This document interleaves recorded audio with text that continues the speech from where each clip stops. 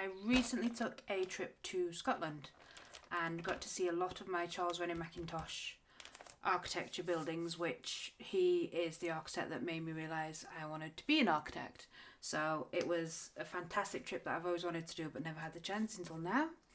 And I've bought a whole bunch of bits and bobs, obviously from like the gift shop, souvenirs, that sort of thing, and I thought I'd share them with you, as well as me ramble a little bit about what I've been up to in Scotland, and also show you some bits that I've filmed for you to hopefully enjoy, and sort of sharing my little adventure that I went on. So yeah, let's get into it.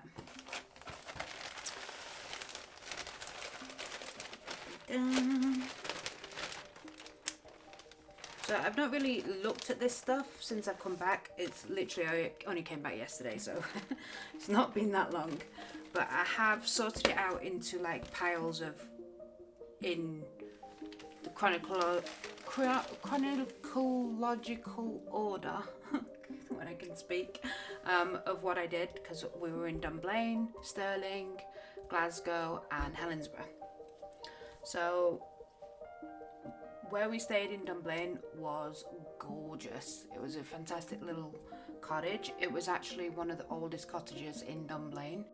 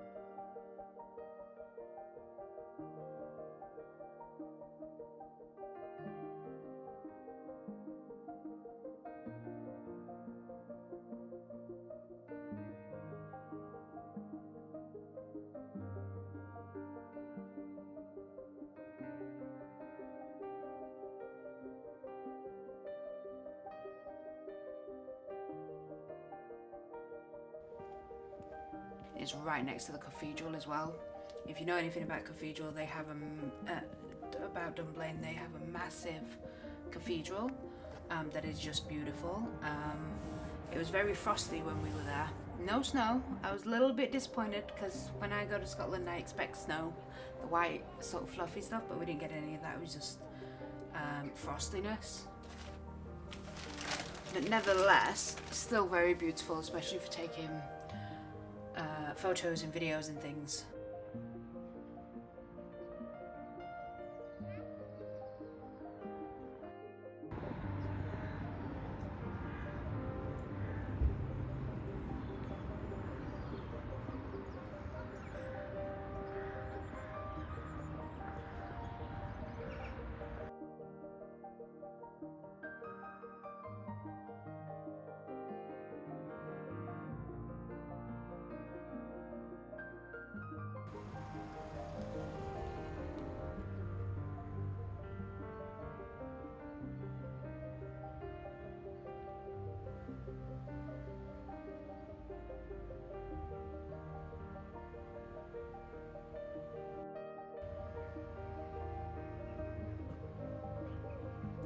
But yeah, I was also expecting Dunblane to be much bigger as well, but it's not. It's very small and compact, very, very small. But nevertheless, a complete and utter joy. I just felt relaxed there. It was just so nice. It was so beautiful. You've got like a main street that leads up to the cathedral on, you know, hills, of course, Scotland. And then you've got this amazing river that winds round it, and then it's just full of woodlands and parks and all sorts of loveliness that I'm hopefully showing you on screen right now, editing me. Wake up, put them on screen. So yeah, Dunblane was absolutely gorgeous. I loved it there. So that was sort of like our base, and then from there we went everywhere. And the first stop that we went to was Stirling Castle, which is literally next door to Dunblane. They're like, I think it was like a 10-minute drive. So it was super easy to go. So it was super easy to get there. Now Stirling Castle, I was expecting it to be almost like, not ruins, I knew it was sort of like put together, but I didn't realise how put together it was. I mean, they have absolutely everything. They have furnishings, they have all the mouldings. I know obviously they've been replicated over the years for various things, but they are trying to, you know, keep it as natural, as original as possible. And Stirling Castle has got so much rich bloody history. And even today, the royals still go and visit it for various events. I think Prince Charles was the last one to visit it when he was still a prince. And that was only a few years ago. So, you know, it is still used and it is still very much in use for various functions. This is all about the sculptures because they have got some fantastic sculptures on there. You know, you can tell which ones are the original ones because they've started to like melt away, or they've been shot at or destroyed or, you know, blown up. But they are absolutely wonderful. And I was very impressed with the little lining things that you've got running across the top of one of the buildings, which hopefully I'm showing on screen for you guys. But yeah, that's about the sculptures. But the Stirling Castle in general is just, I was really in awe because, you know, I've seen castles before, I've seen ruins and this, that and the other, but this one, I don't know, there was just something unique about it. I mean, admittedly, it's my first Scottish castle, so obviously that's going to be majorly different to English castles. Not too different, but you know what I mean. It just has a different feel to it. Yeah, on top of the Great Hall, it's where they've got the lion, with the gold crowns and things on there, and a unicorn for different crests and different houses that have been there. And then it was all about the tapestry as well, because they have these monumental tapestries. Of course they do, it's a castle. But, you know, they've recreated some of them, which has taken years to do, because the amount of detail that's on them is just incredible. Oh, and from Stirling Castle, you are on the top of a mound, because obviously it's a fortress, and you can see absolutely everything around it. You can even see the Walismer Monument, which I did go and visit, but that was towards the end of the trip, so I'll get to that. But yeah, there is just so much history, and the beauty of this castle is just incredible. And the amount of craftsmanship as well, of all the different things. You know, from the tapestries, to the mouldings, to the sculptures, to the even the joinery of like the roofs and furniture and bits and bobs that were in there. I must say that the one thing that I was quite surprised was there wasn't furniture everywhere. They've kept them quite... I don't know whether that's because obviously they get lots of people walking around and they don't want to get the furniture scuffed and whatnot. But, or maybe back in the day there wasn't that much furniture. I'm not quite sure about that. So that's the one thing that took me by surprise. There wasn't furniture everywhere. But but to be honest with you, you didn't need furniture in there because the walls and the ceilings and the windows were just so ornate. You didn't need it. So that was the first sort of... Well, that second day. The first day was wandering around Dunblane and all that thing. The second day was Stirling Castle.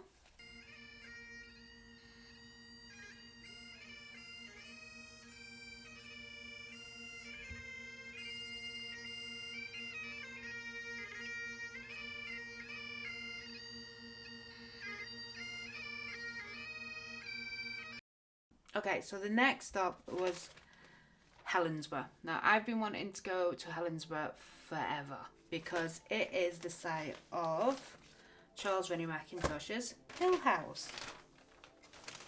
Now, I've been wanting to go to this for absolutely... I think this was the first sort of building that I saw of his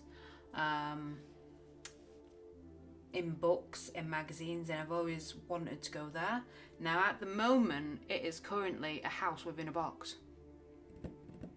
As mad as that sounds, they have put the house inside this steel box that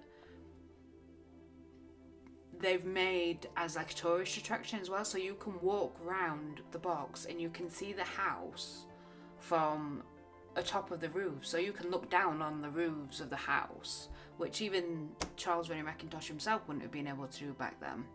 So you're getting a really different, complete 360 view of the house that you would never have normally got without that box. But the main purpose of that box is to protect the house from the rain while they do extensive works on the exterior of the building, because at the moment this house is now 120 years old now, and unfortunately he compromised on some materials when he built the house for various reasons, and at the moment the house is like a sponge and it is soaking up all of the water and just keeping hold of the rain, so it's of course causing major damp and all sorts of major issues. So while they've got this box around it, it's actually stopping the rain get into the house. Obviously it's going to soak up some moisture, but not to the extremes that it has, and it also gives an opportunity for them to peel away at the render. So the house is basically under surgery, basically, to help hopefully fully restore it. So there's a bit of a debate of whether they should use the materials that he originally used or use materials that are not going to have this problem in the future, or whether just to keep it inside the box for the rest of its longevity anyway. So there's quite a bit of debate on that at the moment. And they even have a room in the house dedicated to, you know, people putting their ideas across, which I'll show you on screen. But the house itself, as well as being able to walk around it the way that you can, just is fantastic for me. I absolutely loved it. Not only that, you could see bits of Helensburgh, and the day that we went, it had this fog. Now I say fog, but the Scots call it mist. It's just a wee bit of mist. And it just made everything so beautiful. And it's actually inspired me because it's made me want to do some paintings, like proper paintings, like on canvas and stuff like that. So hopefully I'll share those with you over the next few months or so, of whenever I can get doing them amongst everything else that I'm doing. But yeah, the house itself is just phenomenal.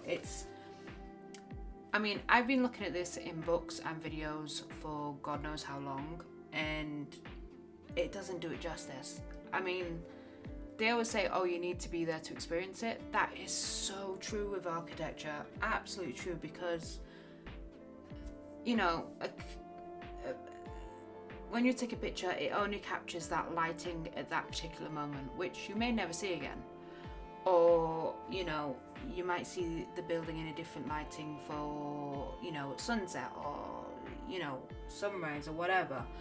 But to actually be stood in the rooms and soak up sort of the atmosphere, because the one thing that always struck me being there, and it took me a little second to work out what it was when you're in the hallways, and I think it was by design by Charles Rennie Mackintosh, was your hallways are notoriously dark anyway. Usually, I know there's some clever ways of getting around it, especially now with modern buildings. So he played on that. He purposely made the hallways quite dark. So with the wood paneling and all that sort of stuff, he kept them dark. But then as you walked into the rooms, it like opened up into this like white, glory, decorative, wonderful masterfulness. So it was like an escapism every time you went into a different room from the dark sort of hallway. But even the hallway itself, even though it was dark, it still had so many elements of design and love and passion towards it. It wasn't like they were sacrificed, it was just part of the journey of going through the house, of then opening up to these rooms. It's just absolutely wonderful.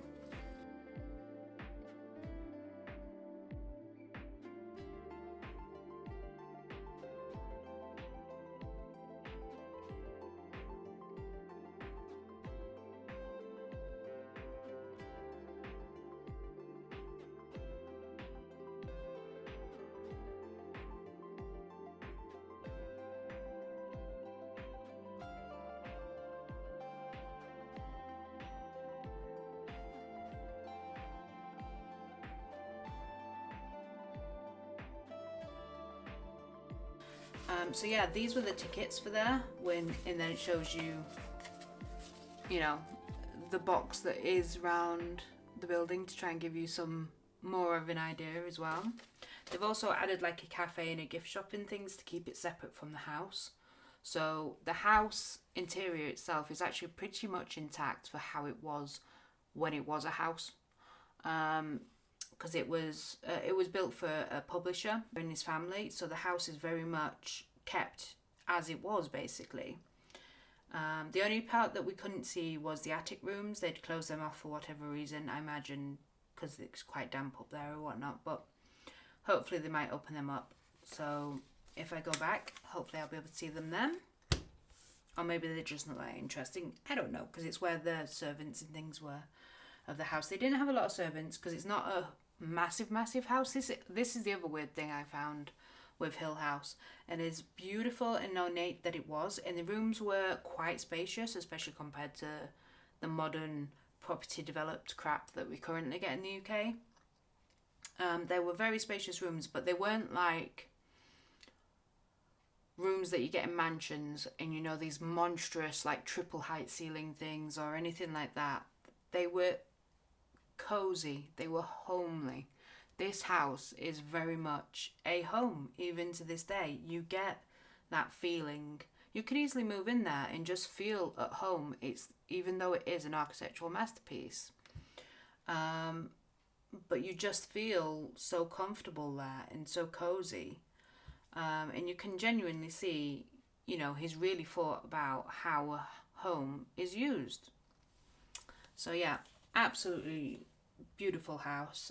This is the official guidebook that I have not yet gone through, but I know that by flicking through it, there's things in here that I haven't seen before from any other books or online.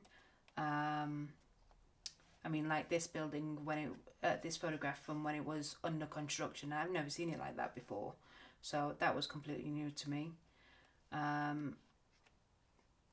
So yeah, this is going to be an interesting read. And then the library, one of the libraries is important because obviously the occupiers were publishers, so of course they'd want a library. One thing I never saw in the books was the bathroom. And I know it's because it's pretty much a standard bathroom for that era, but the way that the shower unit is, it just it looks like something from an asylum, from like a torture chamber or something. But you know, that was the OG showers of the day. So yeah, and then it goes on about, you know, conservation in action and protecting Hill House. And then the wildlife that it has, because it's got some extensive gardens. So yeah, that was a nice little bit. Then of course I went to the gift shop, got a few bits. I do like to keep my receipts for obviously like my journaling, because yeah, my Hobonichi is bursting just for the month of January, just with all the stuff. I did get some of this lovely Iron Brew and Popping Candy chocolate. As you can see, it's just the empty packet because I did nosh it. It was delicious, but it was very rich indeed. I know you can buy this outside of Scotland. I've recently seen it pop up on Etsy. But while I was there, I was like, get it and have a little nosh. By the way, fun fact with Iron Brew in Scotland, it tastes different to the stuff we get in the UK. It is not as sweet as what we get in the UK. Because in the UK, we get it in cans, and then like big plastic bottles, like any sort of soda. But in Scotland, you get it in the glass bottles, the traditional glass bottles. And they have 3 different flavours. They have a 0 sugar, of course. Then they have the OG original one. And then they have something called Iron Brew Extra. Now, apparently the Iron Brew Extra is the one that tastes like the UK one. So I'm guessing they've basically put more sugar in it and probably concentrated the flavour a little bit more. But I really like the OG Iron Brew from Scotland. It doesn't feel like you're drinking sugar. It just feels like you're drinking a nice, cool, bubbly drink. And the other fun fact is McDonald's, you have it at the pump. So normally when you go to McDonald's and you say, oh, can I have a cola or a Fanta? In Scotland, you can get Iron Brew. this blew my mind. So yeah, I love that. So yeah, a little bit side note there about Iron Brew. I also got the fridge magnet because I just loved how it's got his style, and then of course his little face with his moustache as well. And then I got this little notebook. I'm not too fussed about the paper that's inside it. That's not why I bought it. I bought it for this because I just love this print with the box outside it, because it's very rare. Because I don't think, hopefully the box will eventually be dismantled and the house will be in its original glory when they've fixed everything. That's what I'm hoping for. So I don't think they're always going to have prints with the box around it. So that's why I thought I'd get this basically just for this print. But then of course I got this print as well that's embossed. I'm guessing with the maker's thing. Hole in My Pocket is the maker, the designer. And again, it's a beautiful elevation of it, but it's also showing the box, the cafe and the thing, and then also all the walkway, well not all the walkways, but the walkways for this elevation. And it just shows you how far you can get up and just see down, which hopefully I'm showing you lots of overlay footage of the wonderful shots that I got. So yeah, I basically spent most of the day in that building or around that building. I did venture down into Helensburgh itself, which is the equivalent of a rundown seaside town, because it was one of the Victorian sort of spa towns. Well, not spa, but just sort of beach getaway towns, because it is right on the coast. But again, it was very foggy, so it was very spooky, but I got some wonderful shots of basically these swans or geese, I forget what they are off the top of my head, but overlay, you've probably seen them, and it just looks like they're just going to disappear into nothingness because it was so foggy. And then these guys that were kayaking across, because it's like on the tip of where you can get to lots of little islands and things.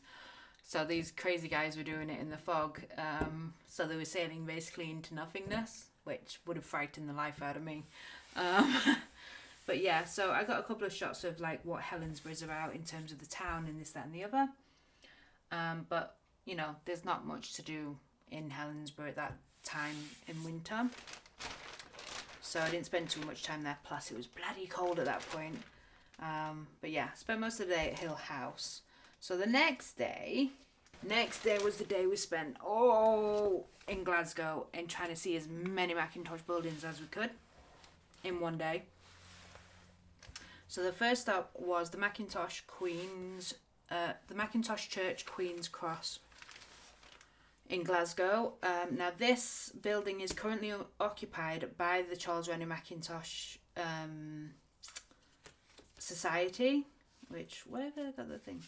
Yeah, so the Charles Rennie Mackintosh, the Mackintosh Society, which is basically you can become a member and then you get all sorts of different things in bits and bobs, and it just helps to support keeping his buildings maintained in all this malarkey, which is very good. And I'm glad that their headquarters are actually in a Mackintosh building. It makes so much sense. So they had so much stuff there that you've not seen anywhere else, but the building itself is just absolutely gorgeous as well. And it was very much a church. It currently isn't used for a church. As I've said, they use it for the society, but they also hold events like music events, because when we were there, they were actually measuring the place up to put in a stage and some lighting and stuff for an event that was going to happen quite soon.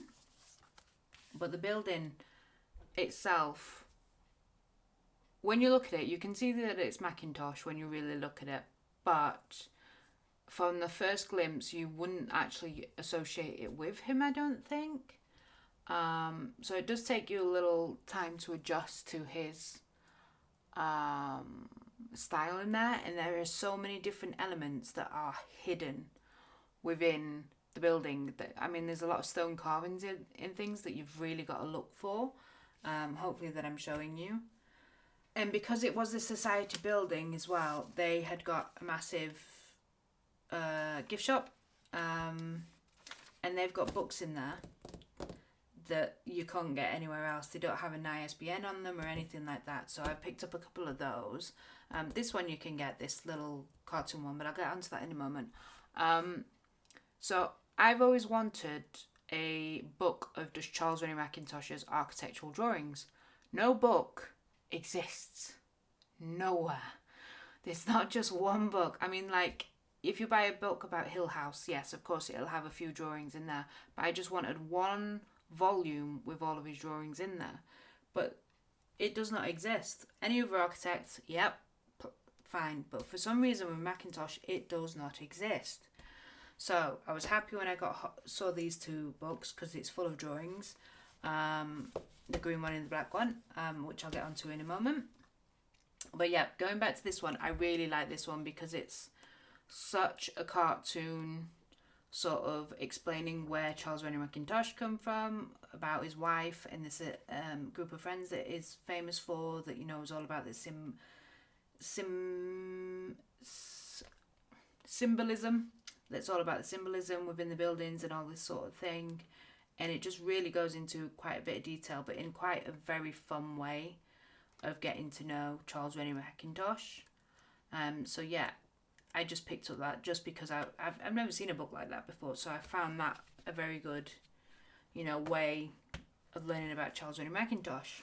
Now this one I picked up because, yes, it goes on about his work and this, that and the other, a lot of text, and then some photographs, and then about some of his paintings that he's done. But you've then got the drawings that I wanted to see. Bearing in mind, Charles Rennie Mackintosh is early 19th century, so this drawing is literally 1900. So there was no CAD, there was no digitalization, so I suspect a lot of his original drawings, as you can see, have been destroyed or got marks or just, you know, unreadable and forgotten about, because I imagine he's done a lot more than what actually has been built, but it's just got lost in the ether, which is the whole point of this society, is to try and maintain what they have got hold of and perhaps even uncover some stuff that we've yet to find because it's stuffed in somebody's drawer somewhere. So yes, this book has got a lot of drawings of his, which is exactly what I wanted. So yeah, I'm very pleased with that, and I'm going to have a good read of that properly. Now this book is full of drawings for the library that is at Glasgow School of Art, which unfortunately is in a very sorry state at the moment because it has been burnt down. But they are refurbishing it right back down to the original everything, because it is an absolute masterpiece of work. You can't not rebuild that building the way that it was. Now this book is drawings that I think have been done by students at the School of Architecture of the school that was in there, because they're all digital drawings, so they've all been modernized. So we've got so they were literally able to walk around the building and measure everything and get everything down to fine detail. So of course you've got lots of lovely imagery, and then all these detailed drawings that we've never had before, because you just didn't go into that level of detail back then when you were an architect, whereas now you do. So yeah, you're not, it's quicker to make drawings now, but my god, you make a lot more drawings. So yeah, the students have gone through all that, even just like going through the sketchbooks of when they were making notes and just literally everything. So again, I'm going to have a good look at this book as well.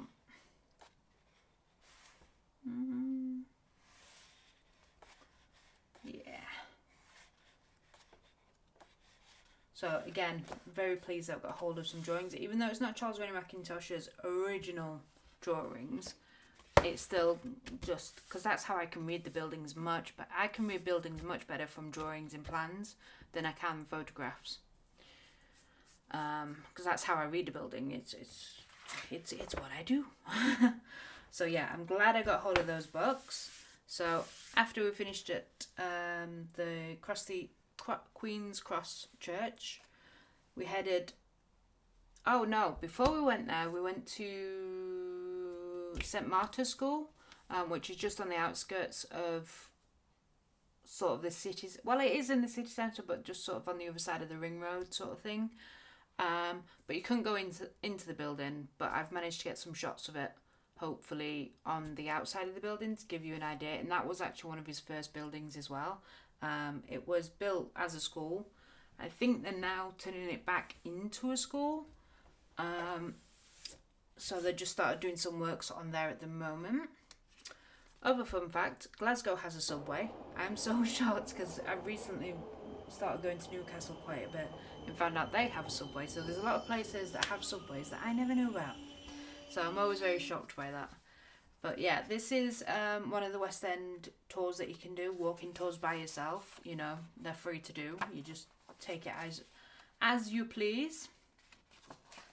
And of course, a lot of it's to do with Charles Rennie Mackintosh's buildings and bits and bobs that he's worked on. And of course, other bits as well. So I picked up that. But after we finished at Cross Street Church, we headed to House for an Art Lover, which is Charles Rennie Mackintosh's design, but it wasn't built in his lifetime. They've since built it. A whole group of people got together and funded it, and you know, there's so much art practice that's gone into in more in depth about Maggie Mackintosh, his wife, Margaret Mackintosh, and the sort of more role that she had to play in all of the designs and things as well. So a lot of crafts have gone into it, like stained glass, fabrics, joinery, everything again. So they've basically took his drawings and then built it as it should have been. This is the little booklet that you get for House for an Art Lover. Now again, I've only seen this building in pictures and this, that and the other. And again, I had the same feeling that I got at Hill House, was that the main foyer and hallway is quite dark, but even though they've got really super skinny tall windows that let in a lot of light, it still felt like you needed to get into the rooms that were these beautiful, beautiful ornate rooms. This is where the little tea rooms are as well, which, because we were wanting to do as many buildings that day, we didn't want to linger too much in there, so we didn't go in there. But yeah, I did get to go into the room that I've always sort of imagined, but as soon as I walked into that room, I didn't want to leave. I'm like, look, I can have my art studio in here. This will be fabulous. I'm moving in. I didn't want to leave. I loved it so much. The House for an Art Lover is actually open to be used as like a wedding venue and this sort of things as well. This is the floor plan that they give you so you don't get lost. But yeah, the music room, that's the room that I absolutely loved and didn't want to leave. I also really love the oval room as well, because it's literally an oval room and it is just so nice to be in there.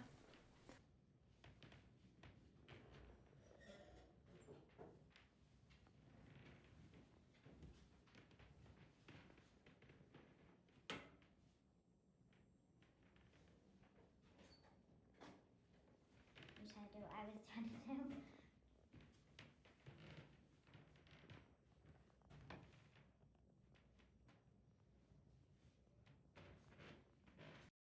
And then the dining room as well is very masculine compared to the other rooms.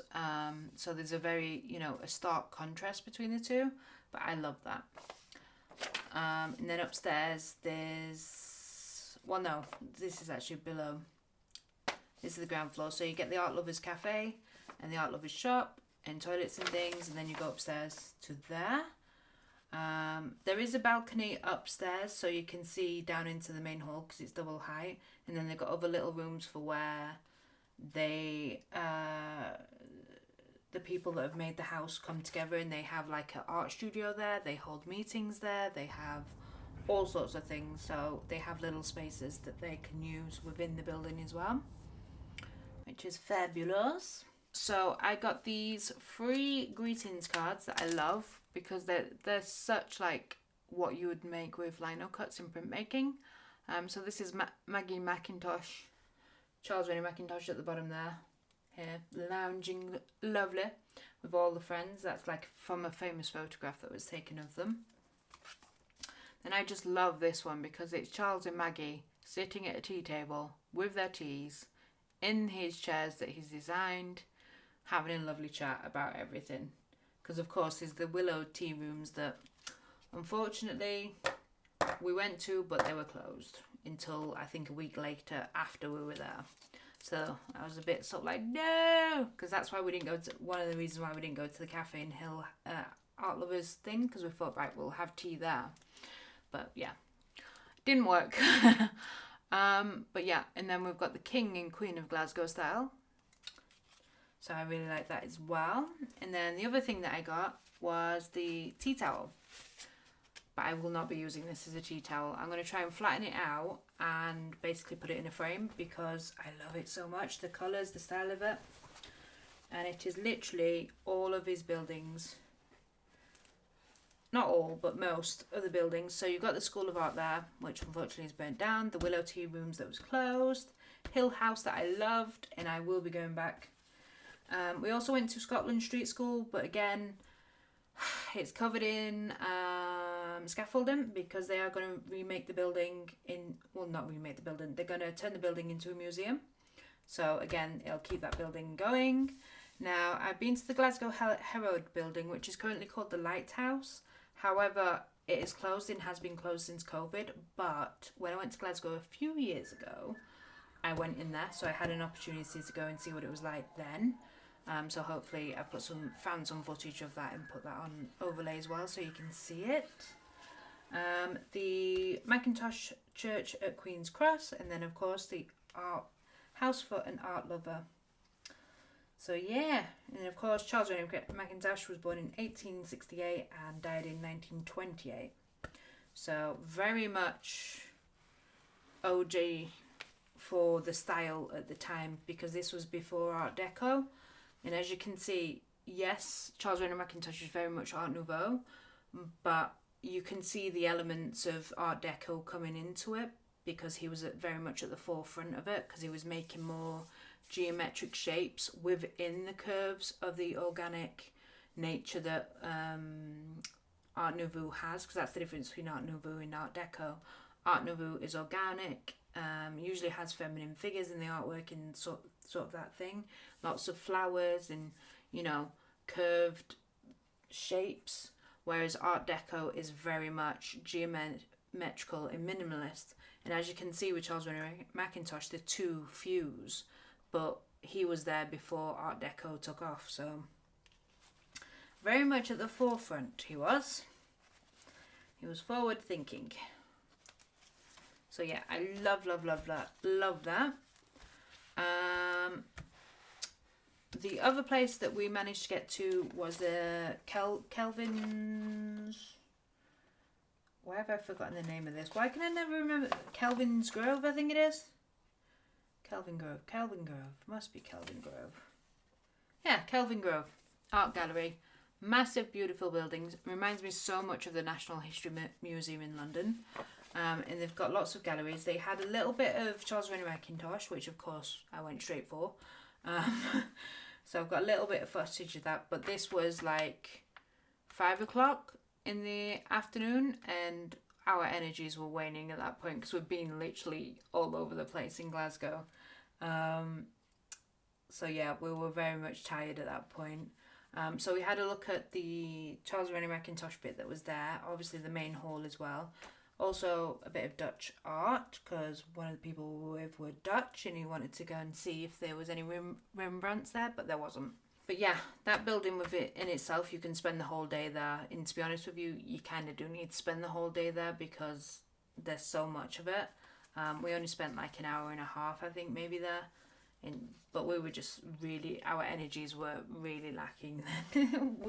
we'd had enough at that point. But yeah, fantastic to be able to go and see all of those buildings. And then the last day before we came back, we went and challenged ourselves to go and see the Wallace Monument, which the monument itself is set on top of a very steep hill that we did walk all the way up. There is a shuttle bus that will take you up the hill and down the hill again, but we were like, nope, we can walk this. But there's also longer walks that you could have took as well, but we just wanted to get to the monument. So yeah, you can see it there of how proud it is on the land, because obviously the Wallace Monument is for Wallace, because without Wallace, Scotland would not be what it is today. It probably be under English rule probably. But they had this fantastic animation explaining the whole story of William Wallace that was on one of the levels. But yeah, when we got to the top of the hill, when you get in there, if you can just see, so if you can see there, hopefully, we had to walk up all of those stairs to get to the top.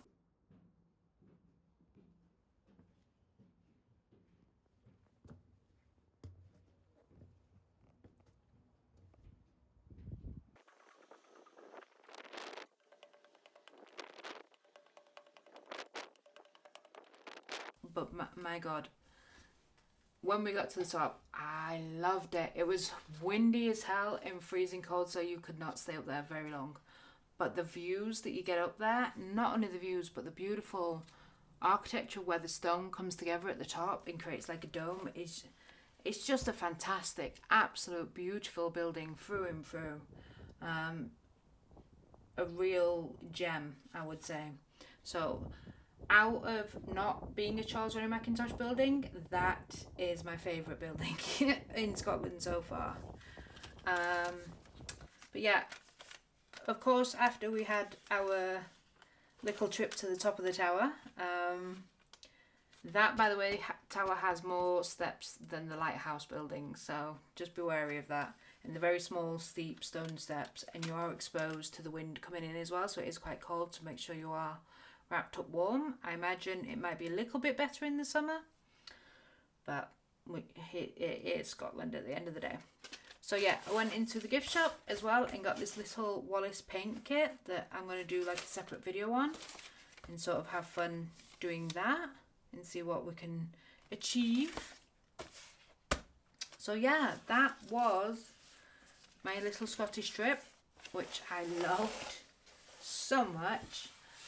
And I'm so inspired to do. I've already got like 2 different paintings I want to do on canvas. I'm about to do a print for Valentine's Day to do with Charles Rennie Mackintosh. Hopefully that will be the next video, because Valentine's Day is literally round the corner. So I need to get on with that. I've drawn out what I want to do. I just need to knuckle down and get it, carved out and printed. Of course, I'll share with you whatever paintings and things that I do as well. But yeah, that was my trip. I hope you enjoyed this video. Let me know if you did, because the more that I travel, I'll try and, produce more videos, so it's not always just me in the studio. We'll put the studio on tour sort of thing. And maybe do some urban sketching videos as well, and just let me know if this content is something that you'd like me to continue with sort of like traveling, because I'd be more than happy to do more of them. And of course, I love exploring, so yeah. But I'm very happy with my Mackintosh trip, very, very happy indeed. So yeah, thank you so much for watching. I really hope you enjoyed this. Please let me know in the comments below if you guys have been to Scotland, if you know who Charles Rennie Mackintosh is, if you like his buildings, if you don't like his buildings, or just start a conversation with me. I would love to hear your opinions on this stuff. But yeah, thanks so much for watching. Bye for now.